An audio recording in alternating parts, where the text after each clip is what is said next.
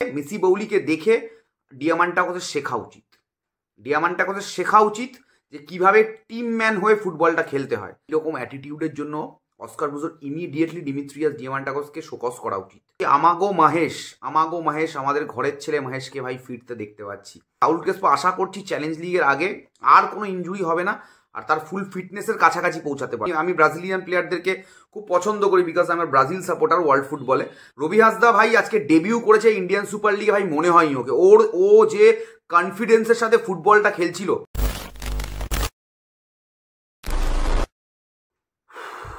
At last একটা derby জয় east বেঙ্গলের। সকলকে ওয়েলকাম বেঙ্গল স্পোর্টস ব্লগের এই নতুন ভিডিওতে। East Bengal versus Mohammedan sporting match, কালকে ইস্ট বেঙ্গল 3-1 জিতেছে। সকলকে গুড মর্নিং যারা সকাল সকাল এই ভিডিওটি দেখছে এবং অনেক দিন বাদে সকাল সকাল একটা ভিডিও। এবং কালকের ম্যাচ দেখে আমার বেশ কিছু জিনিস মনে হয়েছে। পরবর্তীতে জিকসান এবং রিচার্ডসেলিসের ইনজুরি আপডেটটাও এই ভিডিওতে আমি বলে দেবো। অ্যান্ড ম্যাচের পরে অস্কার ব্রুজোর বক্তব্যগুলো আমি খুব পরিষ্কারভাবে শুনলাম। ওনার বক্তব্যগুলো একদম লাউড অ্যান্ড ক্লিয়ার ছিল এবং যে পারফরমেন্স কালকে টিম পারফরমেন্স, যদিও ইন্ডিয়ান সুপার লিগে এখন আশা নেই ইস্ট বেঙ্গলের টপ 6-এর, প্রায় বলতে গেলে ম্যাথামেটিক্যাল ক্যালকুলেশনস আর দেয়ার, তো সেটার মধ্যে যাব না। বাট এই ডার্বি জয়টা কিন্তু এই টিমটাকে একটা আলাদা মোমেন্টাম দেবে। এবং যদি আমি প্লেয়ার টু প্লেয়ার কথা বলি, প্রথমেই কয়েকটা নেগেটিভ পার্ট নিয়ে কথা বলবো কালকের ম্যাচের, তারপরে দেন আমরা definitely there are lot of positives.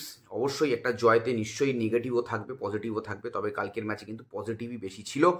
প্রথম যে প্লেয়ারটির কথা বলবো, আমি অনেক দিন ধরেই প্লেয়ারটির কথা বলছি, আমি সবসময় চাই প্লেয়ারটি গোল করুক, মাঠে নেবে ভালো খেলুক, বাট সেটা সামহাউ সেই প্লেয়ারটি করতে পারছে না। I am talking about Dimitrios Diamantakos.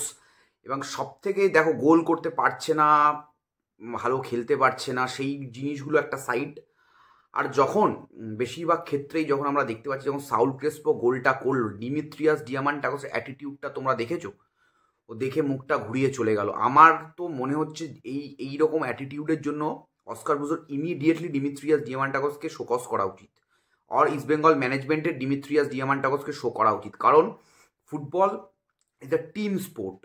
তুমি পার্সোনালি পারফর্ম করতে পারছো না, তোমার ইন্ডিভিজুয়াল পারফরমেন্স খারাপ, ভাই ওকে ভাই ঠিক আছে, বাট যখন তোমার টিম ম্যান গোল করছে তখন তোমার ওরকম এক্সপ্রেশন, তারপরে যদিও গিয়ে সাউল ক্রেসপোর সাথে সেলিব্রেট করেছে, বা মানে আমি কি বলবো, মানে ওর ওই অ্যাটিটিউডটা না খুব নেগেটিভ। এবং বারবার তো মানে গোলের সামনে গিয়ে খাবি খাচ্ছে ভাই, ঠিক আছে, পরিষ্কার কথা, গোলের সামনে গিয়ে খাবি খাচ্ছে। এরকম চলতে থাকলে কিন্তু আমার মনে হয় ইন্ডিয়ান প্লেয়ার বলে হয়তো ডেভিডকে মানে স্টার্ট করানো হচ্ছে না, বাট আমার মনে হচ্ছে ডেভিডের 4টে গোল হয়ে গেল, ডেভিডের কিন্তু সময় এসছে এইবারে। এইরকম চলতে থাকলে দিমিত্রিয়াস ডিয়ামান্টাকোসকে কিন্তু আমার মনে হয় সেকেন্ড হাফে আনা উচিত। এবারে ডেভিডকে স্টার্ট করানো উচিত মেসি বৌলির সাথে, যদিও সেটা পসিবল নয়, তার অনেকগুলো টেকনিক্যাল রিজনস রয়েছে। কারণ আমরা এএফসি চ্যালেঞ্জ লিগের জন্য প্রিপারেশান নিচ্ছি, মেসি বৌলি এবং দিমিত্রিয়াস ডিয়ামান্টাকোসকে একসাথে প্রিপেয়ার করার জন্য।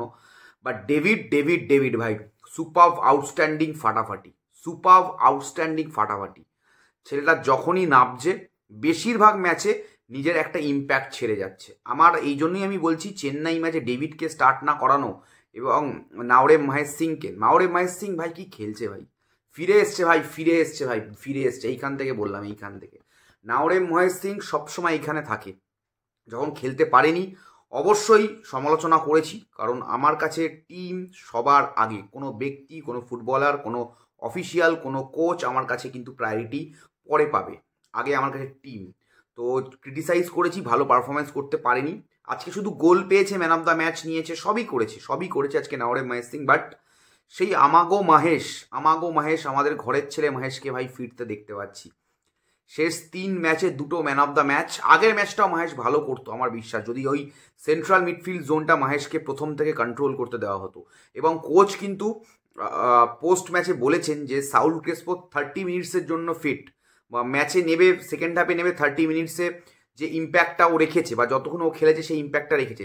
আমি কোচের কাছে একটা প্রশ্ন রাখবো, আপনি যখন আজকে যখন ফেব্রুয়ারি মাসের 16-17 তারিখে এসে বলছেন, 16 তারিখে এসে বলছেন সাউল ক্রেসপো 30 মিনিটসের জন্য ফিট বা 90 মিনিটসের জন্য ফিটনেসে নেই, আমরা সাউলকে 90 মিনিটসের জন্য ফিটনেসে নিয়ে যাওয়ার চেষ্টা করছি, আপনি কেন স্যার, বুজন স্যার, অস্কার স্যার, যাই বলুন আপনি, মানে আপনি কেন চেন্নাই ম্যাচে সাউলকে স্টার্ট করালেন? আমি জানি না, মানে পরবর্তীতে হয়তো আমরা যদি খুব কাছাকাছি চলে যাই টপ 6-এর, জানি না সেটা সম্ভব কিনা, তাহলে কিন্তু এই চেন্নাই ম্যাচটা কিন্তু আমাদেরকে কিন্তু মানে বারবার মনে করবে। যাই হোক, তো সাউল ক্রেসপো আজকে অনেক অনেক হাসি মজা অনেক কিছু করেছি, সব রাগ অভিমানে করেছি সাউল ক্রেসপোর ওপরে। আজকে খানিকটা ভালো পারফরমেন্স গোল করেছে সাউল ক্রেসপো, এবং এটাই একটা ইনজুরি থেকে আসা প্লেয়ার, কখনোই সে 90% মানে 90 মিনিটসের জন্য ম্যাচ ফিট হতে পারে না, 100% ম্যাচ ফিট হতে পারে না। 15 মিনিট, 20 মিনিট, আধ ঘন্টা, 40 মিনিট এরকম খেলে তারপরে সে ফিটনেসে আসে, 2-3টে ম্যাচ লাগে। তো সাউল ক্রেসপো আশা করছি চ্যালেঞ্জ লিগের আগে আর কোনো ইনজুরি হবে না, আর তার ফুল ফিটনেসের কাছাকাছি পৌঁছাতে পারবে। কারণ most of the season Saul Crespo কিন্তু ইনজুরির মানে ফুল ফিটনেসের কাছাকাছি ছিল না, ইনজুরি নিয়েই খেলে গেছে। তো সাউল ক্রেসপোর ক্ষেত্রে আমি এটুকুই বলবো, আশা করবো যে সাউল ক্রেসপো যেন ফিট হয়ে ফিরতে পারে। গোল করেছে, একটা আলাদা কনফিডেন্স দেবে সাউল ক্রেস, সেই বেটার কল সাউল যে সেলিব্রেশনটা আমরা দেখতে পেয়েছি। I am happy. আমি যখনই আমি দুঃখে কষ্টে হয়তো ক্রিটিসাইজ করি প্লেয়ারদেরকে, বাট যখন প্লেয়াররা পারফর্ম করে এই যে আজকে সাউল ক্রেসপোকে আমি এই যে পারফর্ম করেছে, তারা যখন আমি যে বলছিলাম সাউল ক্রেসপো পারবে না, যে পেরে দেখিয়েছে, আমাকে ভুল প্রমাণ করতে পেরেছে, তার জন্য আমি যথেষ্ট হ্যাপি। এবং আরও একটি প্লেয়ারের কথা বলবো আজকে, মানে সেই প্লেয়ারটির নাম হচ্ছে মেসি বাউলি। দেখো, মেসি বাউলিকে নিয়ে আমি একটা ম্যাচ নিয়ে আমি আলোচনা করব, পরবর্তীতে মেসি বাউলি কী করবে না করবে আমরা জানি না। কালকের যে ম্যাচটা হয়েছে এগেনস্ট মোহামেডান স্পোর্টিং, মেসি বাউলি যতক্ষণ মাঠে ছিল হি ওয়াজ আ ক্লাস অ্যাপার্ট। ফার্স্ট হাফে বাদিক থেকে মানে যখনই ও রান করে ঢুকছিল, বেশ কয়েকটা চান্স নিজেই ক্রিয়েট করেছে, গোল করার মতো জায়গায় চলে গেছিল, বল সুন্দর চেস্ট ট্র্যাপ করে বলগুলোকে নাবাচ্ছিল। এবং ওর যেটা মেন আমার মনে হয়েছে, বাদিক থেকে যে ক্রসেসগুলো ডিয়ামান্টাকোসের জন্য রাখার চেষ্টা করেছে, যেগুলো হয়তো সামহাউ গোলে কনভার্ট করতে পারেনি ইস্ট বেঙ্গল, তবে ওর যে ইম্প্যাক্টটা কিন্তু আউটস্ট্যান্ডিং ছিল ভাই কালকের ম্যাচে। আমি বলবো যতক্ষণও মাঠে ছিল, এবং ওর যে একটা জিনিস যেটা ডিয়ামান্টাকোসের মধ্যে আমরা দেখতে পাচ্ছি না, তোমরা নিশ্চয়ই লক্ষ্য করেছো, যখন সেকেন্ড হাফে সাউল ক্রেসপোকে অ্যাসিস্টটা করলো, ও কিন্তু নিজে শট মারতে পারতো, ও কিন্তু সেটা পাস করে দিল, সাউল গোল করলো, এবং ও কিন্তু নেমে গিয়ে মানে যখন গোলটা করলো ও কিন্তু মাঠের মধ্যে বসে গিয়ে সেলিব্রেশন করলো। মানে ও কি প্রুফ করলো, ইজ এ টিম ম্যান। এটা দেখে মেসি বাউলিকে দেখে ডিয়ামান্টাকোসের শেখা উচিত যে কিভাবে টিম ম্যান হয়ে ফুটবলটা খেলতে হয়। 3-1 টিম জিতেছে, টিম ম্যান। কোনো প্লেয়ারই রোজ গোল পায় না, তা বলে ডিয়ামান্টাকোস 5 ম্যাচ 6 মাস 2025 এখনো গোল পায়নি ডিয়ামান্টাকোস, ঠিক আছে, সেটা আলাদা ব্যাপার।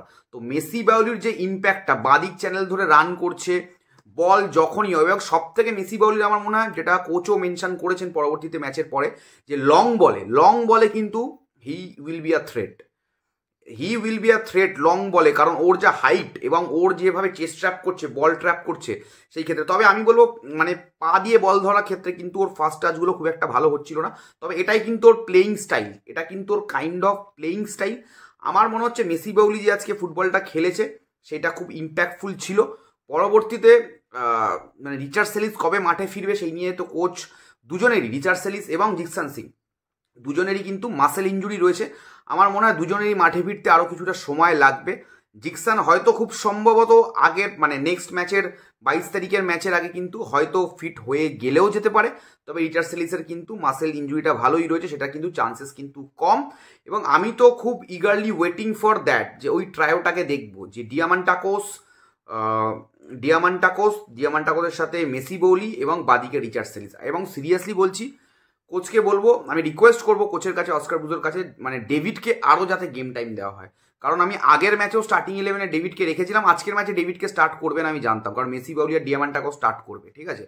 তো সেই ক্ষেত্রে ডেভিডকে যেন আরও গেম টাইম দেওয়া হয়। নন্দা কুমারের পারফরমেন্স সেরকম বলার মতো কিছু ছিল না, নন্দা কুমার ম্যাচের পারফরমেন্সটা outstanding, man of the match নিয়ে গেছে। এবং অল ওভার যদি বলি, আনোয়ার আলীর যদি কথা বলি, Anwar Ali goal line save করেছে। ম্যাচের প্রথম যে অ্যাটাকটা ইস্ট বেঙ্গলের 1.5 মিনিটের মাথায় যে হেডটা হয় সেটাও আনোয়ার আলী করেছে। সেকেন্ড হাফেও একটা Anwar Ali on target head রেখেছিল। আনোয়ারের যা দেখতে পেলাম আজকের ফুটবলটা, যে কনফিডেন্সের সাথে আনোয়ার ফুটবলটা খেলছে, আমার মনে হয় আনোয়ারের গোল আসাটা শুধুমাত্র সময়ের অপেক্ষা। এবং যেটা কোচ বললো, যে মানে কোচ আজকে খুব খুশির সাথেই বললেন যে অনেক দিন বাদে ওনার হাতে অপশান রয়েছে, যে রিজার্ভ বেঞ্চে বেশ কয়েকটা প্লেয়ার রয়েছে, স্টার্টিং 11-এর পরেও রিজার্ভ বেঞ্চে কয়েকটা প্লেয়ার থেকে গেছে যাদেরকে দিয়ে উনি খেলাতে পারছেন। এবং পরবর্তীতে জিকসান আর রিচার্ড সেলিস এসে গেলে উনি এটাও বলেছেন যে টিমটা আরও স্ট্রং হয়ে যাবে। এবং অবশ্যই বারবার উনি এটা মেনশন করছেন যে মানে আপকামিং যে টুর্নামেন্টসগুলো রয়েছে, FC challenge league, super cup, যেগুলো আমাদের মেন লক্ষ্য এই মুহূর্তে, ইন্ডিয়ান সুপার লিগকে যেটা আমরা মানে কী বলবো, আনফর্চুনেটলি আমরা এই মুহূর্তে একটা প্রিপারেশনের হিসাবে আমরা দেখছি এই মুহূর্তে যে 4টে ম্যাচ রয়েছে। তবে আমরা জানি না কোথায় আমাদেরকে নিয়ে যাবে। যদি 4টে ম্যাচে বেশিরভাগ ম্যাচ আমরা জিততে পারি, আশা করি একটা রেসপেক্টেবল জায়গায় আমরা ফিনিশ করব। আমি চাই ইস্টবেঙ্গল অন্তত মানে যে নাম্বারেই ফিনিশ করুক, সিঙ্গেল ডিজিট, ডাবল ডিজিটে 10-11তে যেন ফিনিশ না করে, এটা তো আমি অ্যাজ এ ফ্যান চাইবো। তোমাদের কেমন লাগলো এই ম্যাচটা এবং ইস্টবেঙ্গলের এই টিমটার পারফরমেন্স সামনে চ্যালেঞ্জ লিগকে সামনে রেখে যদি তোমরা ভাবো, তোমরা যদি কমেন্ট বক্সে জানিও যে তোমাদের কেমন লাগছে, টিমটা কিভাবে শেপ করে উঠছে আরকাডাক ম্যাচের আগে, সুপার কাপের আগে, এবং বাকি যে আপকামিং চ্যালেঞ্জেসগুলো রয়েছে আমাদের এখনও ইন্ডিয়ান সুপার লিগে, সেইখানে তোমরা কিভাবে দেখছো ইস্টবেঙ্গলকে। আশা করছি সকলে খুশি, আমিও খুশি। মানে 4th ডার্বি ছিল, মোহনবাগানের কাছে 2টো হার, মোহামেডানের সাথে একটা ড্র, তারপরে কিন্তু মোহামেডানকে হারালো ইস্টবেঙ্গল। এবং যদি আমরা মোহামেডান নিয়ে কথা বলি, ফ্র্যাঙ্কা কিন্তু প্রথম খাতা খুললো এই সিজনে। ফ্র্যাঙ্কার প্রথম গোল যখন ব্রাজিলিয়ান ফ্র্যাঙ্কা আসে, অনেক এক্সপেকটেশন ছিল আমাদের যে ফ্র্যাঙ্কা মানে ছিল ফ্র্যাঙ্কাকে, আমি ব্রাজিলিয়ান প্লেয়ারদেরকে খুব পছন্দ করি বিকজ আমার ব্রাজিল সাপোর্টার ওয়ার্ল্ড ফুটবলে। তো সেই ক্ষেত্রে ফ্র্যাঙ্কা আজকে প্রথম গোল করলো। এবং আমি একটা কথা বলছি ভাই, একটা ছেলে আমাকে আজকে খুব ইমপ্রেস করেছে। Most impressed by that person is Rabi Hansda. Rabi Hansda ভাই আজকে ডেবিউ করেছে ইন্ডিয়ান সুপার লিগে। ভাই মনে হয়নি ওকে, ও যে কনফিডেন্সের সাথে ফুটবলটা খেলছিল, ওর ব্যাড লাক আজকে ও গোল পাইনি, ঠিক আছে? যেটা বার পোস্টে মারলো ওটা ব্যাড লাক। আর জানি না গিল ওই সময় কি করতে বেরিয়ে গেছিল, মানে খুবই বাজে outing. Gill was so confused at that point of time, যেখানে গিল বাইরে বেরিয়ে গেছে, রবি হাঁসদা হয়তো গোল পেয়েও যেতে পারতো, ঠিক আছে? তো সেই জায়গাতে দাঁড়িয়ে আনোয়ার আলীর দুর্দান্ত goal line save and all that সব কিছু মিলে ইস্টবেঙ্গলের 3 পয়েন্টটা দরকার ছিল। 3 গোলে 3 পয়েন্ট, 3-1 জয় এবং একটা দুর্দান্ত ডার্বি হলো।